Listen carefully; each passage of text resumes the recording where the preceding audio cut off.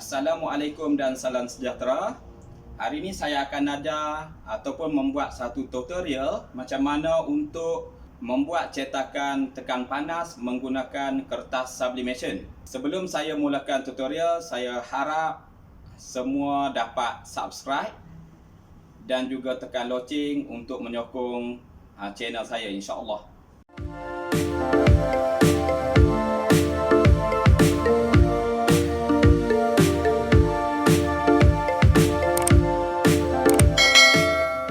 Bagi langkah kerja melaksanakan cetakan tekan panas menggunakan sublimation paper, kita perlu beberapa bahan dan alatan untuk menyiapkan kerja.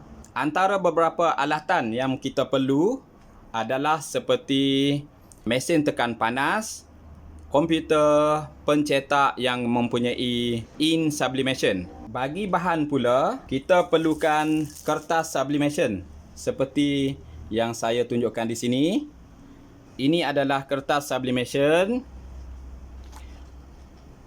Dia mempunyai dua warna yang berbeza. Di hadapan adalah berwarna putih dan di belakang adalah berwarna kelabu sedikit. Untuk mencetak, kita perlu cetak di bahagian yang berwarna putih. Ada juga beberapa sublimation paper yang sama warna, putih kedua-dua belah. Tetapi bagi saya yang paling mudah adalah kita beli ataupun kita sediakan yang mempunyai dua warna yang berbeza supaya kita dapat tengok ataupun lihat di mana tempat kita hendak cetak. Untuk transfer tape, kadang-kadang kita perlu guna, tetapi kebiasaannya bagi saya jarang sangat guna. Sekiranya anda hendak guna pun tiada masalah. Kita juga perlu sediakan gunting untuk memotong kertas. Bahan yang sesuai kita gunakan untuk cetakan tekan panas menggunakan sublimation adalah yang pertama baju. Kita boleh guna baju. Yang kedua adalah mousepad. Kita boleh gunakan sarung bantal. Ini adalah contoh sarung bantal. Dan pelbagai lagi lah bahan yang boleh kita gunakan. Tapi untuk tutorial kali ini, saya akan ajar macam mana kita buat cetakan tekan panas pada baju. Langkah yang pertama, untuk menghasilkan cetakan ini, kita perlu sediakan reka bentuk yang dihasilkan menggunakan beberapa software. Saya menggunakan Illustrator untuk menghasilkan bentuk yang dikehendaki. Ini merupakan hasil reka bentuk yang saya telah buat. Langkah kedua adalah kita perlu mencetak reka bentuk yang dihasilkan menggunakan pencetak yang mempunyai dakwat sublimation. Manakala kertas yang perlu kita gunakan adalah seperti tadi, iaitu kertas sublimation. Di sini saya perlu mencetak. Cetakan yang dihasilkan perlulah terbalik. Kita perlu terbalikkan ataupun mirror image untuk cetakan menggunakan sublimation paper. Sekarang saya mencetak kertas sublimation mengikut design yang saya telah buat. Kita cuba lihat hasil cetakan. Ini adalah hasil cetakan. Hasil cetakan yang telah kita cetak di kertas sublimation tadi. Cetakan seperti saya maklum perlu terbalik supaya kita akan cetak di baju, dia akan jadi mirror image. Langkah seterusnya, kita perlu potong bahagian yang tidak perlu. Sekiranya kita tidak mahu potong pun tiada masalah sebenarnya. Kalau hendak potong pun tiada masalah. Contoh dia saya potong. Ada tujuan saya potong. Cuba tengok di bahagian tepi ni, terdapat warna hitam hasil cetakan. Jadi kita perlu buang kawasan yang ada kehitaman. Saya telah potong di sekeliling untuk membuat hitam. Terpulang kepada masing-masing hendak potong atau tidak. Sedikit makluman, seboleh-bolehnya kita elak dari memegang design yang telah kita sediakan kerana tangan kita ataupun jari kita lembab boleh menyebabkan kerosakan pada reka bentuk yang kita hasilkan. Langkah keempat, kita perlu onkan switch bagi memanaskan mesin. Dan kita perlu setkan masa dan suhu yang sesuai. Masa dan suhu yang sesuai bergantung kepada mesin yang kita gunakan. Macam saya menggunakan mesin Kuyi. Saya telah setkan masa dan suhu dia mengikut kesesuaian mesin. Okey, sebagai contoh, saya setkan suhu adalah 190 darjah. KSP adalah set untuk temperature, suhu. KST adalah set untuk time. Okey, saya set masa adalah selama 50 saat.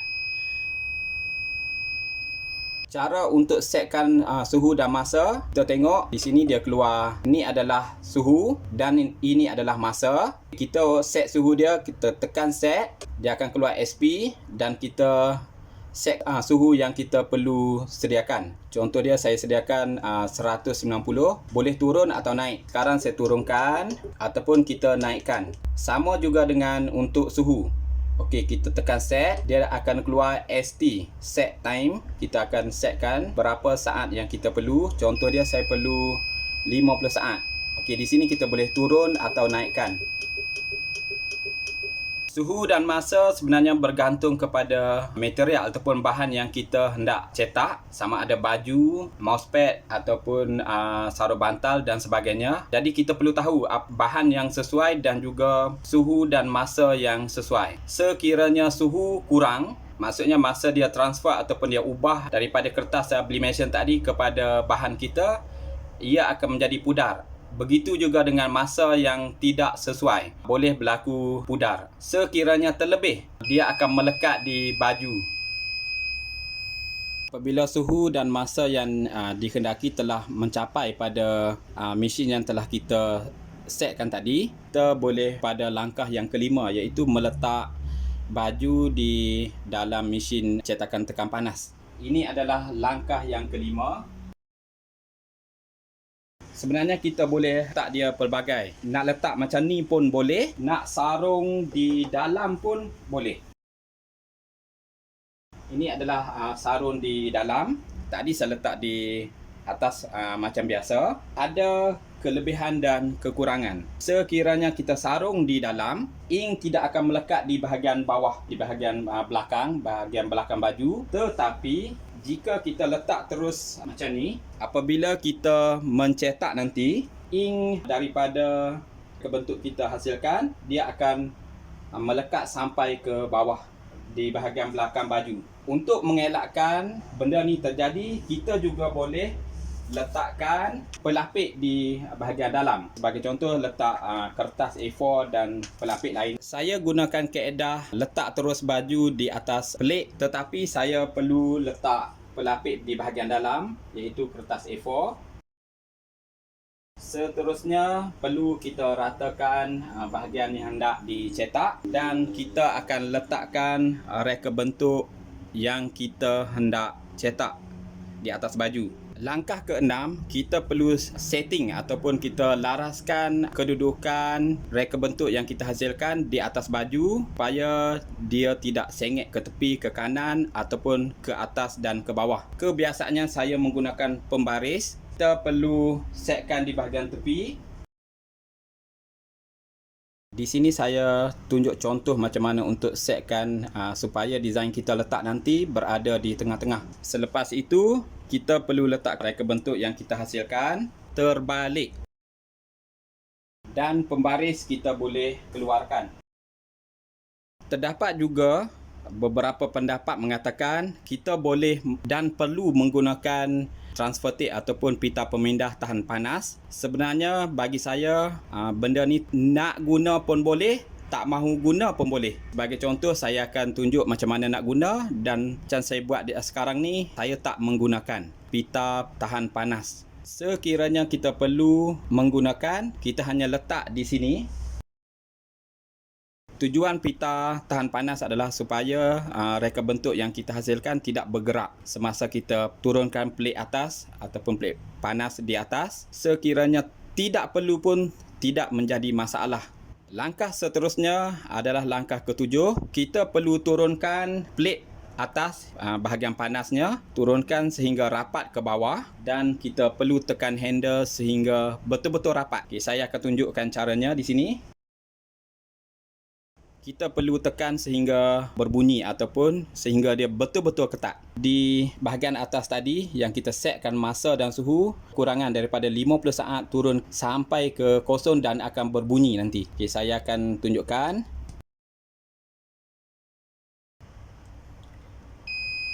Okey, apabila selesai, mesin akan berbunyi menunjukkan hasil kerja kita telah selesai. Okey, langkah seterusnya setelah mesin kita berbunyi, langkah yang ke-8 adalah kita mengangkat plate bahagian atas. Sedikit langkah keselamatan, kita jangan memegang di bahagian atas, plate bahagian atas, kerana bahagian ini adalah bahagian panas. Cara memegang handle supaya mesin tidak terpelanting, perlu pegang di bahagian atas dan juga di bahagian bawah. Dan bahagian atas kita perlu tarik. Setelah kita mengangkat plate bahagian atas, kita boleh membuang kertas sublimation. Okey, ini adalah hasil daripada kerja yang kita laksanakan.